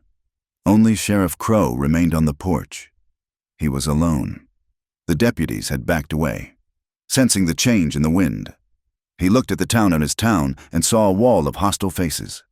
"This changes nothing," Crow shouted, though his voice cracked. "I am the sheriff. That man is a fugitive, and that girl is a liar." He pointed his revolver at Clara. "Give me the book. Clara, now." Clara walked forward. She stopped at the foot of the stairs. She looked at the ledger in her hands, the evidence that could hang him. "You want the paper?" she asked. "Give it to me." Clara reached into her pocket, but she did not pull out the ledger. She pulled out the deed to her water rights, the document he had been trying to force her to sign for months. She held it up. "You think you can own us," Clara said, her voice ringing out. "You think you can buy the water and the land and the truth. You think fear is a currency we have to accept." She ripped the document in half, then in quarters. She let the pieces fall into the dust. "I would rather be poor and dry," Clara declared, "than be bought by a man like you." Crow's face twisted into a mask of pure hate. He realized it was over. The money, the land, the power, it was all gone, and the woman responsible was standing right there, defying him. "Then die poor," Crow snarled. He cocked the hammer. "No!" Mary Hollis screamed from her chair. Crow pulled the trigger, but the bullet did not find Clara. A blur of buckskin moved between them. Totsy had crossed the distance in a heartbeat. He slammed into Clara, knocking her to the ground, shielding her body with his own. The shot rang out. Totsy jerked violently. A fresh bloom of blood exploded on his back, just below the shoulder blade. The crowd roared in outrage. "Get him!" Eli shouted. A dozen men surged onto the porch. Crow tried to fire again, but he was swarmed. Someone knocked the gun from his hand. Someone else punched him, hard, in the jaw. The sheriff went down under a pile of dust-covered boots and angry fists. Clara scrambled out from under Totsy. "Hawk!" she cried, rolling him over. He was pale, his eyes unfocused. The new wound was bleeding fast, mingling with the old one. "Did I?" Totsy whispered, his voice wet. "Did I get the paper?" Clara choked back a sob, pressing her hands against the wound to staunch the flow. "You idiot! You foolish, brave idiot! You are not paper. You are flesh and blood." Dr. Avery was there in an instant, pushing through the crowd with his bag. "Make room," Avery shouted, finding his courage at last. "Give him air." He knelt beside Clara, checking the wound. "It went through," Avery announced, his hands moving quickly. "Missed the lung, I think, but he has lost a lot of blood." Tatsi reached up, his hand trembling, and brushed a smudge of soot from Clara's cheek. "I told you," he rasped, a faint smile touching his lips. "I do not take from those who save me. I protect them." Clara grabbed his hand, holding it tight against her chest. "You kept your promise. Now keep this one. Do not die." Tatsi's eyes fluttered closed. His head lolled back against the dirt. Sheriff Crow was hauled up from the floorboards, his hands cuffed behind his back with his own irons. His nose was broken, blood streaming down his face. As they dragged him past the scene in the street, he looked at Clara, and then at the Indian bleeding in the dust. He didn't say a word. There was nothing left to say. The town of Dry Creek stood in silence, watching the woman and the warrior, realizing that the savage was the one lying on the ground, having taken a bullet for a neighbor, while the civilized man was being marched to the jail cell he had built. Clara looked up at the sky. The smoke was drifting away, revealing the relentless blue. The wind picked up, cooling the sweat on her brow. "Help me get him inside," Clara commanded, her voice fierce. "We are taking him to my house. He has a home now." Eli Mercer and 2 other men stepped forward, lifting Tatsi gently. They carried him not like a prisoner, and not like a stranger, but like a son of the town. Clara stood up, wiping her bloody hands on her skirt. She walked over to her mother, who was weeping silently in her chair. Clara kissed her forehead, then turned to retrieve her father's rifle from the saddle. She looked at the pieces of the water rights deed scattered in the dirt. She stepped on them, grinding them into the earth, and followed the men carrying Tatsi. The climax was over. The war for the land had ended. The fight to keep him alive had just begun. The bullet wound in Tatsi's back was a clean puncture, but the loss of blood had been significant. For 3 days, the Hollis farmhouse was not a fortress under siege, but a quiet sanctuary. The silence was different now. It was not the heavy, suffocating silence of fear that had hung over the valley for months. It was the hush of healing. Dr. Avery did not leave the bedside for the first 24 hours. The small, nervous man who had once trembled at the mention of Sheriff Crow's name had found a reservoir of iron in his spine. When a deputy from the next county arrived to ask questions about the shooting, Avery had stood in the doorway, his shirt sleeves rolled up and stained with red, and barred the way. "You will not disturb my patient," Dr. Avery had said, his voice hard as flint. "He saved this town. The least the town can do is let him sleep." Clara watched this transformation from the kitchen doorway. She was exhausted, her eyes rimmed with dark circles. But she could not rest. She kept busy boiling water, tearing clean sheets into bandages, and watching the road. The town of Dry Creek was changing, too. It started slowly. First, it was Eli Mercer, the blacksmith, who rode out with a new latch for the barn door to replace the one the posse had broken. He did not say much, just tipped his hat and fixed the iron. Then, Mrs. Gable from the mercantile arrived with a basket of fresh eggs and a loaf of bread wrapped in linen. "For your mother," Mrs. Gable had said, not meeting Clara's eyes. "And for him, to build his strength." They were apologies. They were peace offerings from a community that had realized, with shameful clarity, that they had been ready to hang a hero and crown a thief.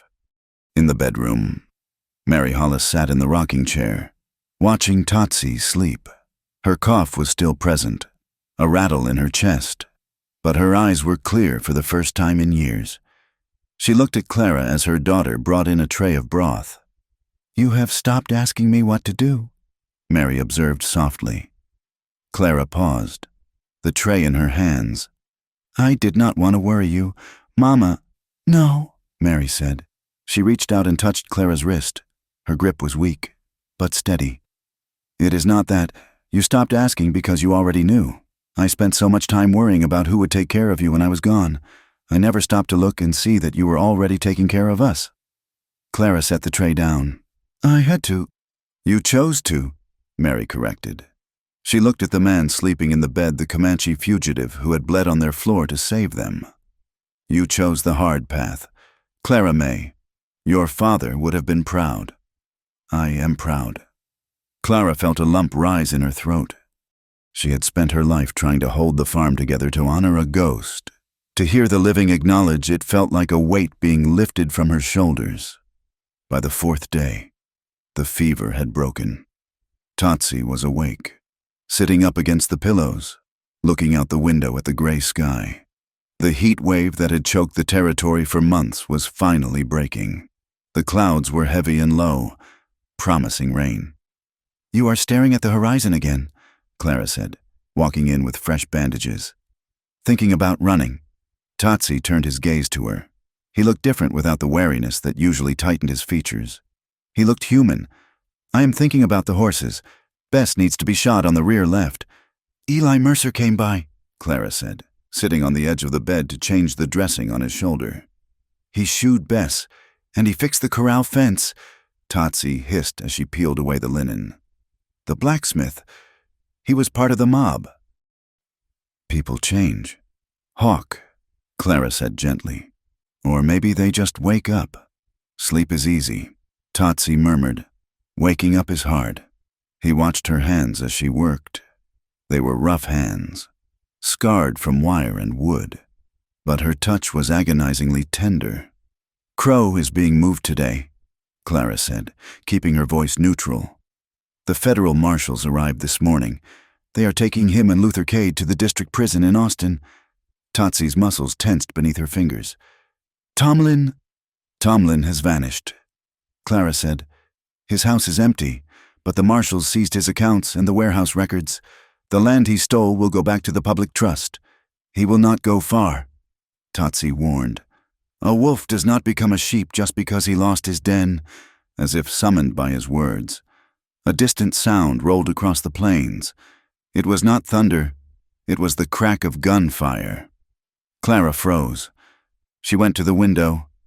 To the east, on the road leading out of town toward the canyon pass, a plume of dust was rising.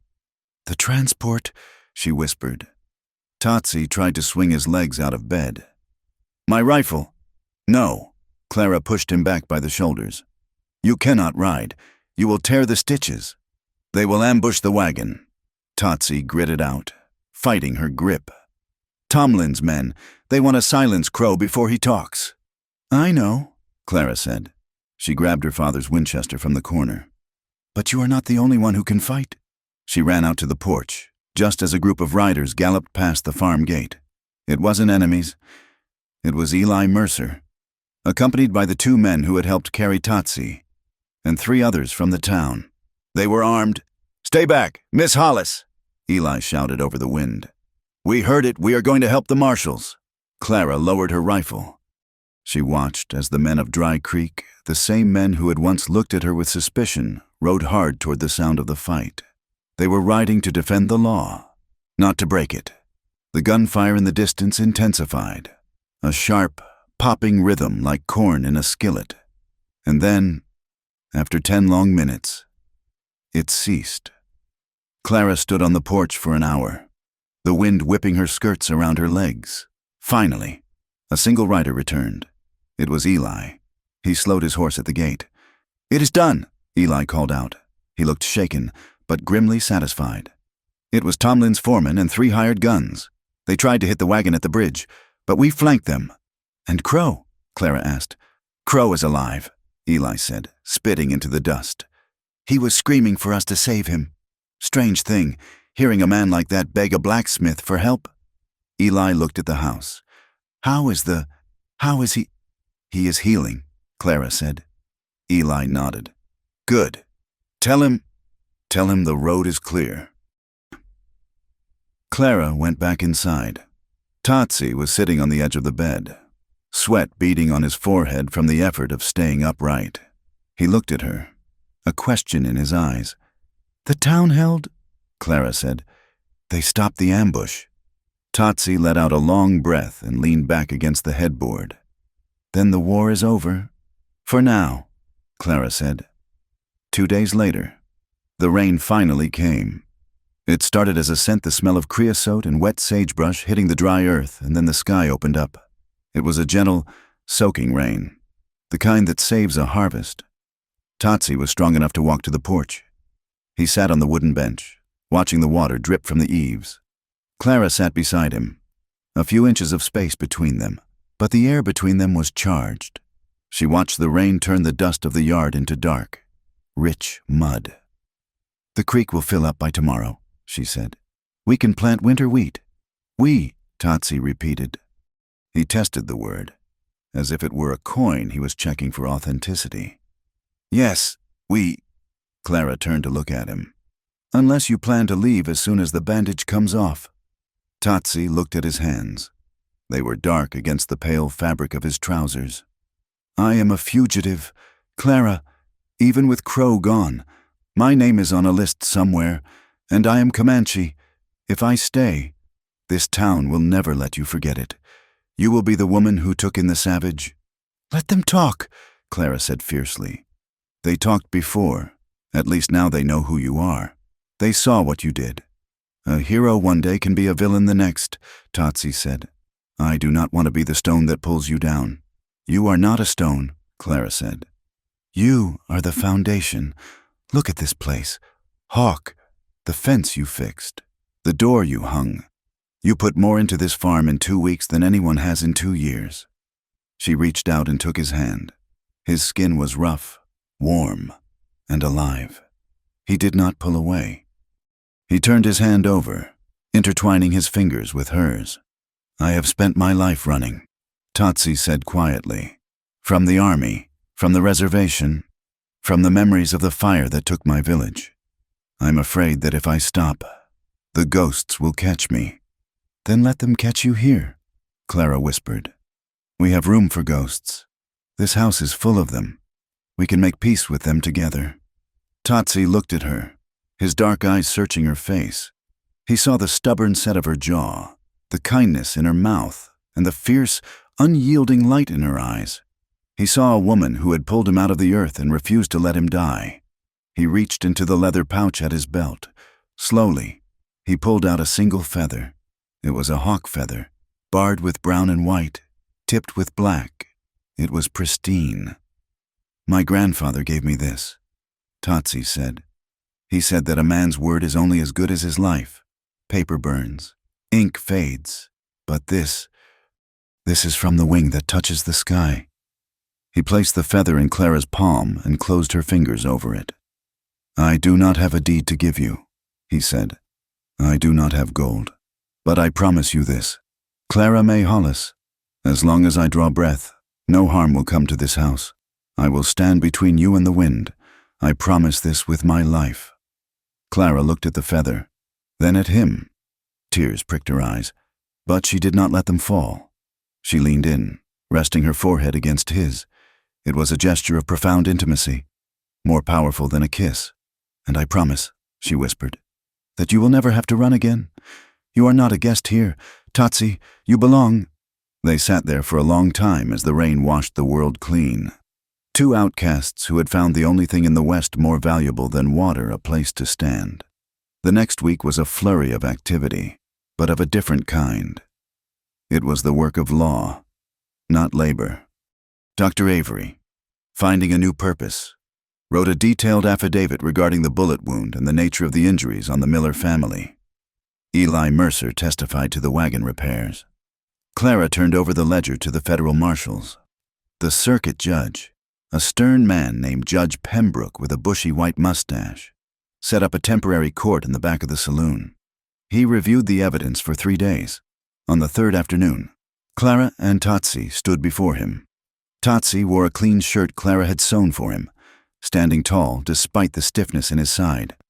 "The evidence is clear," Judge Pembroke rumbled, banging his gavel on the bar counter. "The charges of murder and theft against the man known as Totsie, or Hawk, are dismissed with prejudice. Furthermore, in light of his assistance in exposing the corruption of Sheriff Crow, the court grants him a certificate of commendation." The judge looked at Tatsi over his spectacles. However, the law regarding residency for unregistered tribal members is complicated. He is employed by me. Clara spoke up clearly.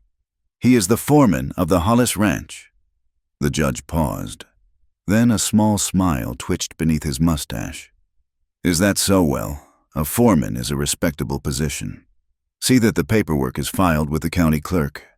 It was a loophole, a small one, but it was enough. It was a toehold on legality. As they walked out of the saloon into the bright afternoon sun, Tatsi stopped. He took a deep breath of the air. It smelled of wet earth and drying mud. It smelled of freedom. Foreman, he asked, raising an eyebrow at Clara. It pays $10 a month, Clara said with a smirk. But the room and board are free, and the boss is very demanding. I can handle the boss, Tatsi said. A rider approached them from the south road. It was a young boy, a messenger from the trading post near the river. Message for the hawk, the boy shouted, reining in his pony. Tatsi stepped forward, his face tightening. I am Hawk. The boy handed him a folded piece of paper, sealed with a thumbprint of red clay. Nokoni's mark. Tatsi opened it. Clara watched his face closely. She saw relief wash over him, followed by a shadow of concern. What is it? She asked. My sister, Tatsi said, his voice thick with emotion. Morning Star. The marshals found the camp. She is safe. Nokoni has her. That is wonderful, Clara said, grabbing his arm. Yes, Tatsi said. He looked at the horizon, toward the south. But the note says something else. The man who ran the camp, the one Tomlin was selling the workers to. He was not there. He slipped away across the border into Mexico. He crumpled the note in his hand. He is gone, but he knows my name now. Clara placed her hand over his fist. Then let him run. If he comes back, we will be ready. You are not alone anymore. Tatsi looked down at her. The shadow in his eyes receded, replaced by the steady warmth of the sun. No, he said, I am not. He tucked the note into his pocket. He looked at the town of Dry Creek, busy and noisy. And then he looked toward the road that led to the Hollis farm, where the winter wheat was waiting to be planted and the fences needed mending. Let us go home, Clara, he said. Yes, Clara replied, mounting Bess and offering him her hand. Let's go home. They rode out of town together, side by side, leaving the whispers and the ghosts behind them. The west was still wild, and the world was still dangerous, but as the sun began to set, painting the sky in strokes of violet and gold, they knew they had carved out a piece of it that was theirs. They had survived the drought, the lies, and the fire. Now, they just had to survive the peace. The first frost of November settled over the Red River Valley like a fine dusting of diamond powder. It coated the barbed wire fences and turned the breath of the cattle into plumes of white steam. The air was sharp and clean, stripped of the summer dust that had choked the land for so long. Inside the Hollis farmhouse, the warmth was tangible. It came from the cast-iron stove, which was roaring with oak logs, and it came from the quiet industry of the two people sitting at the kitchen table. Clara May Hollis dipped her pen into the inkwell. The scratching of the nib against the paper was the only sound in the room. She was not writing in a desperate scrawl anymore, counting pennies to see if they could afford flour. She was balancing the books for the harvest. 300 bushels of winter wheat, Clara said aloud, writing the number in the column. And the contract with the army post for the hay delivery is signed. Opposite her, Tatsi sat polishing a bridle. His movements were slow and methodical, the rhythm of a man who had nowhere else to be. The wound in his back had healed into a jagged scar. A map of the day the town of Dry Creek stopped hating and started seeing. The army pays late, Tatsi remarked, not looking up from the leather. They pay in gold, Clara countered, a small smile playing on her lips. I can wait for gold. She looked up at the wall above the fireplace. There, in a modest frame made of river willow, hung a document. It was stamped with the official seal of the district court. It stated that Tatsi, known as Hawk, was a free resident of the county, cleared of all charges and employed as the foreman of the Hollis Ranch. It was just a piece of paper. It did not erase the past. It did not make the whispers in town disappear completely, but it was a shield. It meant that when Tatsi rode into Dry Creek, he did not have to look over his shoulder. It meant he had a name. "You are staring at the paper again," Tatsi said.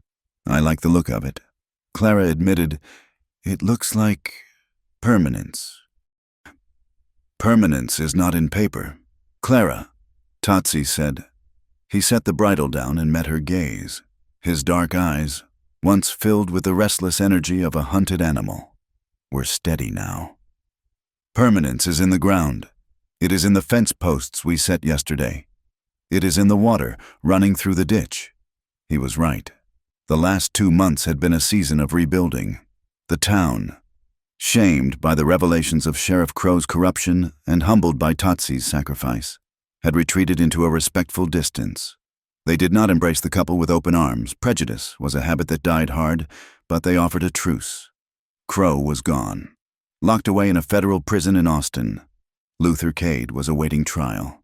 The shadow that had loomed over the valley had lifted, leaving behind a silence that Clara and Tatsi filled with work. They had worked from sunrise to sunset.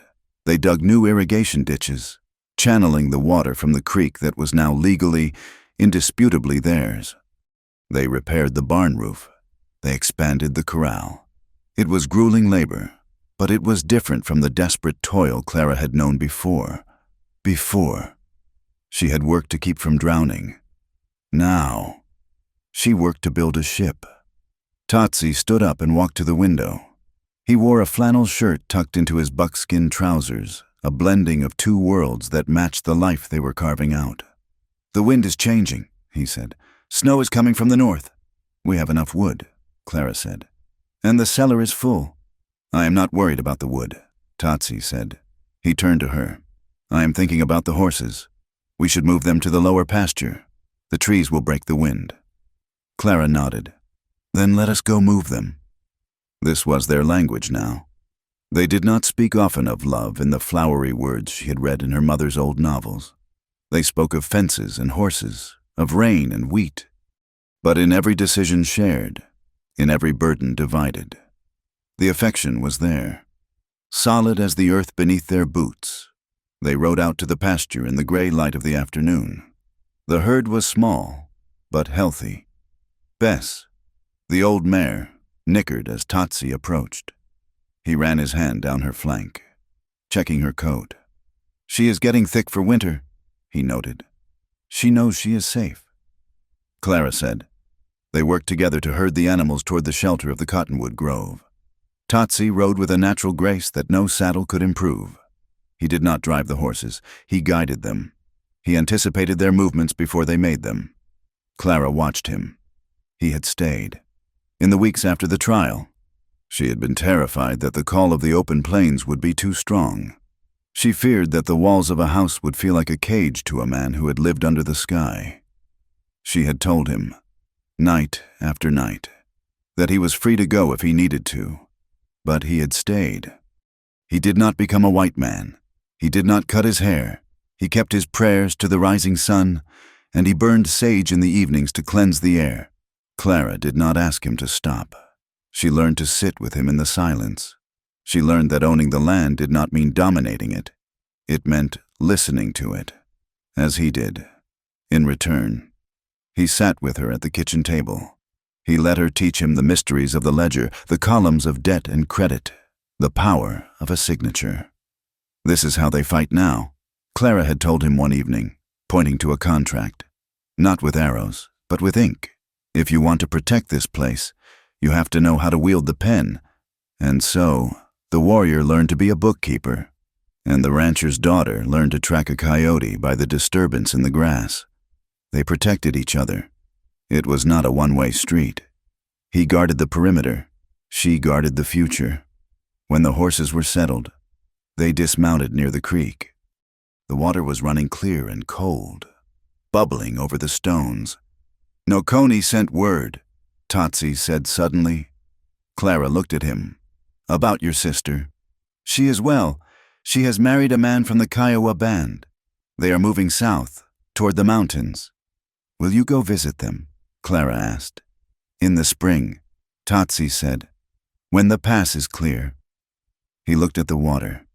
She asked if I was coming with them? Clara's heart skipped a beat. And what did you say? I told her I have a fire to tend, Tatsi said. He looked at Clara. I told her I have found my tribe. He reached into his pocket and pulled out a small leather pouch. From it, he took a strip of rawhide and a silver coin, a $1 piece he had earned from his first month's wages. He had punched a hole in it. He tied the coin to the rawhide. In my culture, Tatsi said, we do not exchange rings of gold, but I want you to have something that says I am not just passing through. He stepped closer and tied the rawhide around Clara's wrist. The silver coin rested cool against her pulse. I, Tatsi of the Honey Eater Band, pledge my life to this woman, he said, his voice low and solemn. I will stand between her and the storm. I will be the roof over her head and the ground beneath her feet, until the sun does not rise. Clara's eyes filled with tears. She reached up and touched his face, tracing the line of his jaw. And I, Clara May Hollis, she whispered, pledge my life to this man. I will be the fire in his hearth and the water in his cup. I will not try to tame the hawk, but I will give him a place to rest his wings until the river runs dry. It was not a church wedding. There was no organ music, no crowd of well-wishers throwing rice. There was only the wind, the water, and the vast, open sky of the Texas Panhandle. It was enough. It was more than enough. Reverend Pike came by the following Sunday. He was a good man, though he had been silent when Crow was in power, a guilt that seemed to make him more humble now.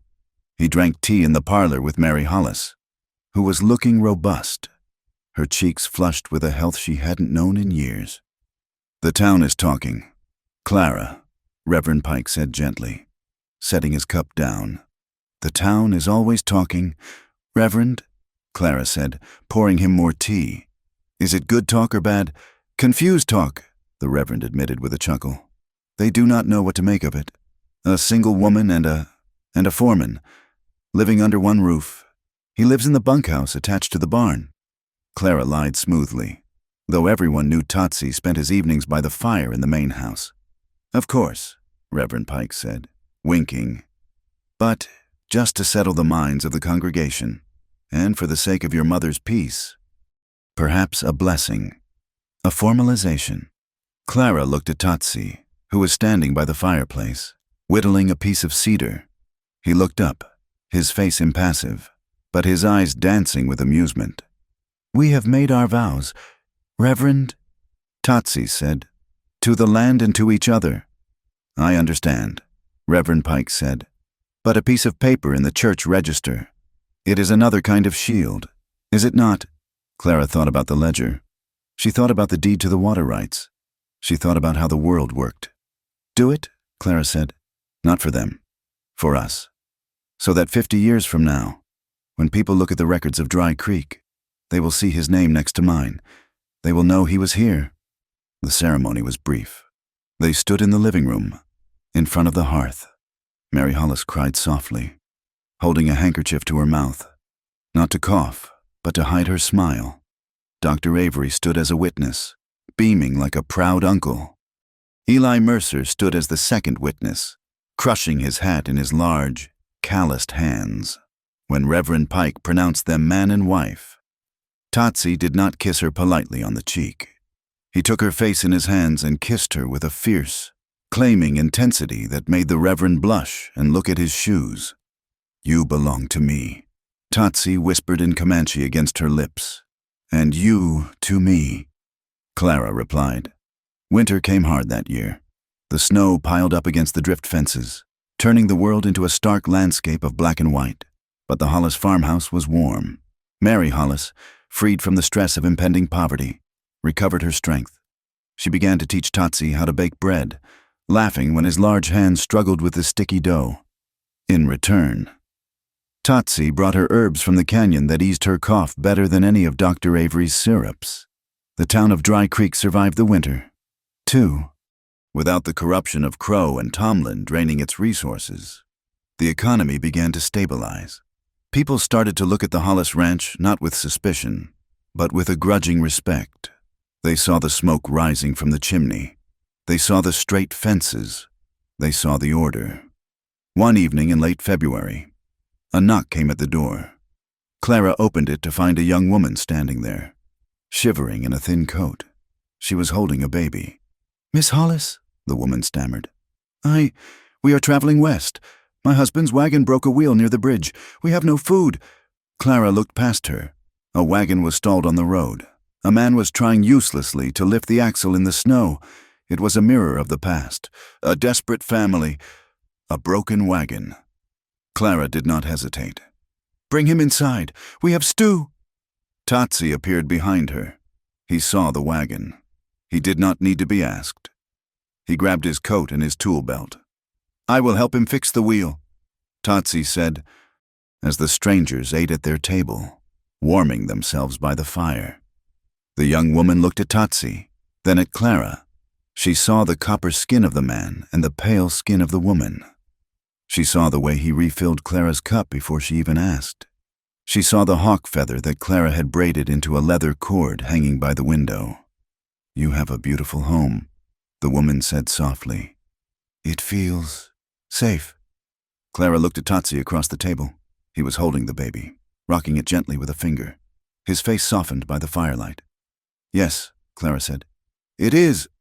Spring arrived with a roar of thunder and a riot of wildflowers. The bluebonnets painted the hills, and the creek ran full and deep.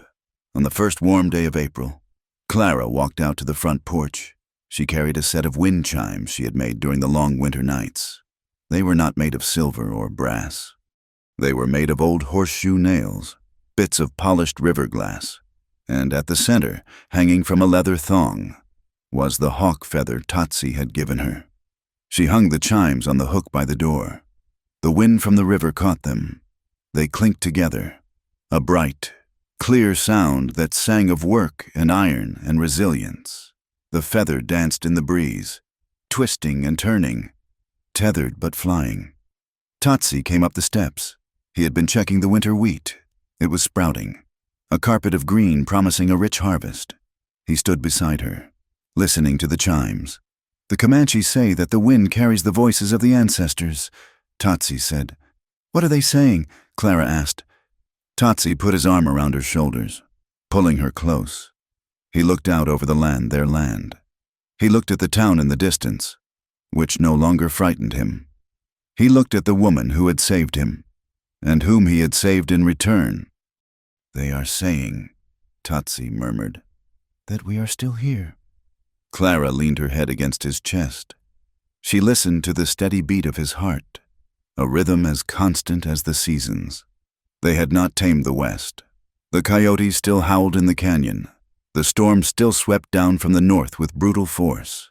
The law was still thin, and prejudice still lurked in the shadows. But they had carved out a hollow in the stone. They had built a sanctuary where two worlds could touch without burning. They had found a way to be free without running away. "Let the wind blow," Clara said, watching the hawk feather spin. "We are not going anywhere." Tatsi kissed the top of her head. "No, we are home." The sun dipped below the horizon, setting the sky on fire with the promise of tomorrow. The West didn't get less wild, it was just them, finally finding a place that didn't make them disappear. Thank you so much for listening to this story. It has been a long journey from the dusty plains of 1872 to this moment of peace, and I am grateful you rode along with Clara and Tatsi until the very end. I would love to hear your thoughts on their journey. Where are you listening from today? Are you watching the sunset from a porch in Texas? Or are you listening to the rain in London? Please leave a comment below and share your location and your thoughts on the story. If you enjoyed this tale of the American West, please consider subscribing to my channel, Wild West Tales. Do not forget to like this video and hit that hype button to help this story reach more listeners who love a good romance as much as we do. Your support keeps the campfire burning. Thank you, and happy trails.